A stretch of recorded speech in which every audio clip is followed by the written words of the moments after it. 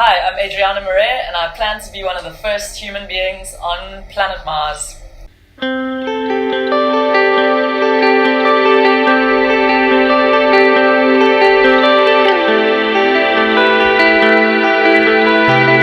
Hi, Adriana. Hi. Welcome to Genpact. It's such a pleasure to be here. What a warm welcome. I know, I can't tell you how honored and privileged I feel to be having this conversation. I'm quite starstruck, so bear with me.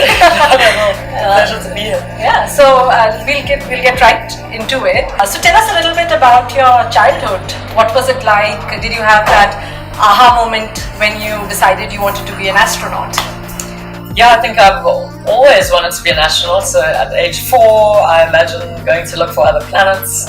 When I was 14 and I started learning more about professions, the astronaut was there again. Now it's come to fruition almost. I haven't been to space yet. Of course, only just over 500 people have ever been, so that's an ambitious goal.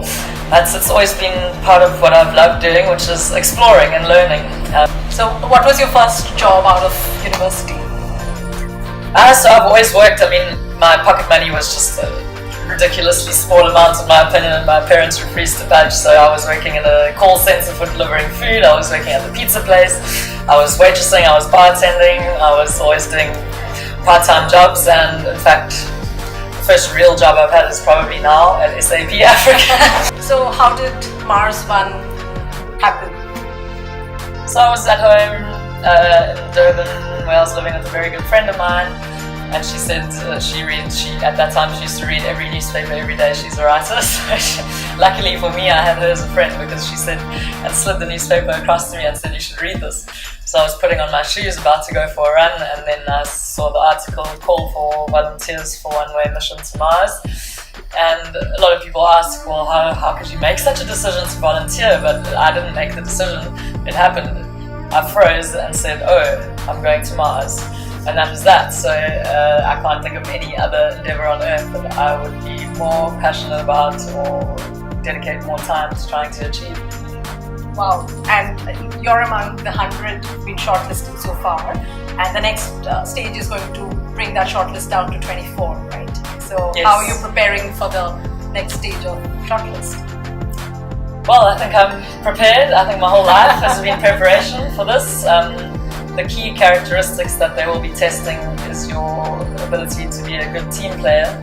So while you may be able to train aspects of that, I think it's more about who you are and the way you've lived your life until this point.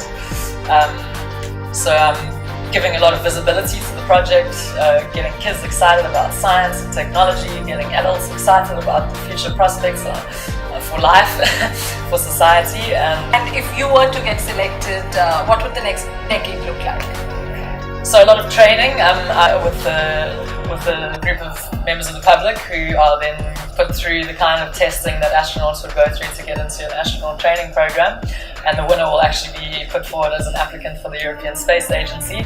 So this gives a really good insight into the kind of training that astronauts do, including doing tasks underwater. Obviously the zero gravity is somehow simulated there, sort of mental tests like remembering strings of things and remembering backwards, and different kinds of challenges that push the limits of your senses and your capabilities.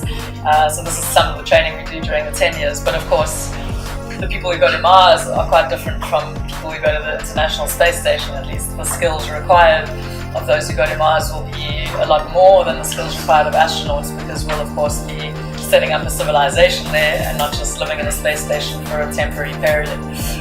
We recently launched our culture framework. It's called CI Square. So it's curious, incisive, courageous, on a bedrock of integrity. And as you've been talking about curiosity and courage, I think it kind of fits into what you would expect the first people going to Mars to have. So definitely.